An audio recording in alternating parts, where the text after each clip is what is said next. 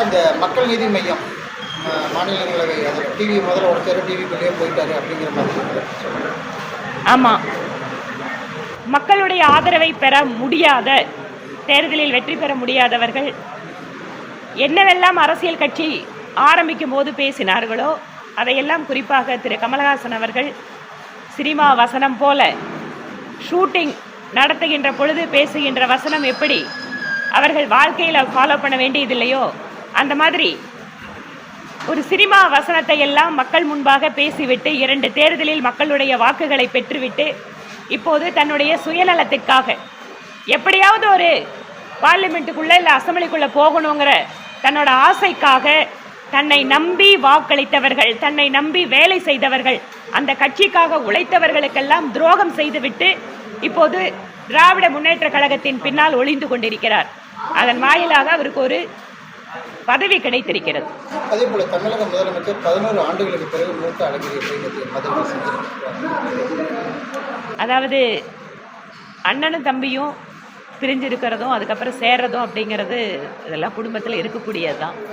ஆனால் ஏதாவது ஒரு ஆதாயத்துக்காக சென்று பார்க்காமல் உண்மையான பாசத்தோடு சென்றிருந்தால் சந்தோஷம்தான். அதே போல் மதுரையில் பந்தல்குடி அந்த பகுதியில் வந்து தூர் வராமல் இருக்கிறதுக்கு பேனர் போட்டு நீளமாக மறைச்சிருக்காங்க. அதுக்கப்புறம் அதிகாரிகள் என்ன நடந்ததுன்னு கேட்டிருக்காங்க. அதை பற்றி சொல்கிறது அதுக்கப்புறம் ஆய்வு பண்ணியிருக்காங்க. அங்கே மட்டும் இல்லைங்க, இங்கே மெடிக்கல் கேம்ப் நடக்குது கோவை மாநகராட்சியில். 3 நாளாக எங்களோட நிர்வாகிகள் கார்பரேஷனுக்கு சொல்லி குப்பை எடுக்க சொல்கிறாங்க. இதோ இப்போ நீங்கள் வரும்போது தான் பார்க்குறீங்க இந்த குப்பை எடுக்கிறாங்க, இந்த இடத்துல உட்கார முடியல. இதுதான் திராவிட மாடல் அரசு. முதலமைச்சர் போனாலும் சரி, மக்கள் பிரதிநிதி போனாலும் சரி, சாதாரண மக்களுக்கும் இதுதான் நிலைமை. சாக்கடையும் அசுத்தத்தையும் மூடி வைத்துவிட்டு மக்களிடம் மறைக்க முடியுமா என இந்த அரசாங்கம் பார்க்கிறது. ஆனால் இப்போது மக்களே அதை திறந்து காட்டிட்டு இருக்காங்க போகிற இடத்துல. மத்திய அரசு மாவோயிஸ்ட் உழைக்கணும்னு சொல்லி பல்வேறு நடவடிக்கை எடுத்துகிட்டு இருக்காங்க. ஆனால் சென்னையில் வந்து விடுதலை சிறுத்தைகள், மார்க்சிஸ்ட்டு, கம்யூனிஸ்ட், இந்திய கம்யூனிஸ்ட்டு, எம்எல்எம் உள்ளிட்ட கட்சிகள் வந்து ஜூன் 2ஆம் தேதி பண்ணக்கூடாதுன்னு சொல்லி ஆர்ப்பாட்டம் பண்ண போகிறாங்க.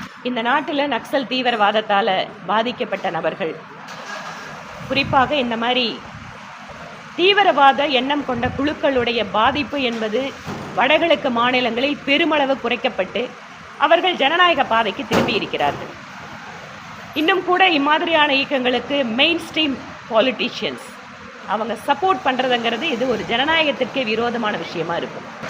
அதேபோல் மத்திய அரசு வந்து எந்த நிதியுமே மாநில அரசுக்கு தரதில்லை. அதனால வந்து நலத்திட்ட உதவிகள் எதுவுமே செய்ய முடியல அப்படிங்கிற மாதிரி, குறிப்பாக அந்த கல்வி நிதி. மத்திய அரசு எந்தெந்த துறைக்கு எத்தனை நிதியுதவி கொடுக்கிறது என பிரதம மந்திரி ராமேஸ்வரத்தில் பேசினார். அவர் பேசுறது நல்லபடியாக படித்து பார்த்தா தெரியும் எத்தனை 1000 கோடி ரூபாய்கள் தமிழகத்திற்கு வழங்கப்பட்டு வருகிறது அப்படின்னு. அதனால் இவர்களுடைய இயலாமைக்கு மத்திய அரசை குறை கூறுவது அப்படிங்கிறது இன்றைக்கி நேற்று இல்லை, அவங்களோட பழக்கமே அதுதான். 4 வருஷமாக அதுதான் பார்த்துட்ருக்கோம். டாஸ்மாக் ஊழல் மக்களுக்கு எல்லாம் தெரியுது, ஊழல் நடந்திருக்குன்னு. நீதிமன்றம் இது தொடர்பான ஒரு சில உத்தரவுகளை பிறப்பித்து கொண்டிருக்கிறார்கள். ஆனால் வெகு நிச்சயமாக இந்த ஊழலில் சம்பந்தப்பட்டிருப்பவர்கள் நடவடிக்கை அவர்கள் மீது பாயத்தான் போகிறது.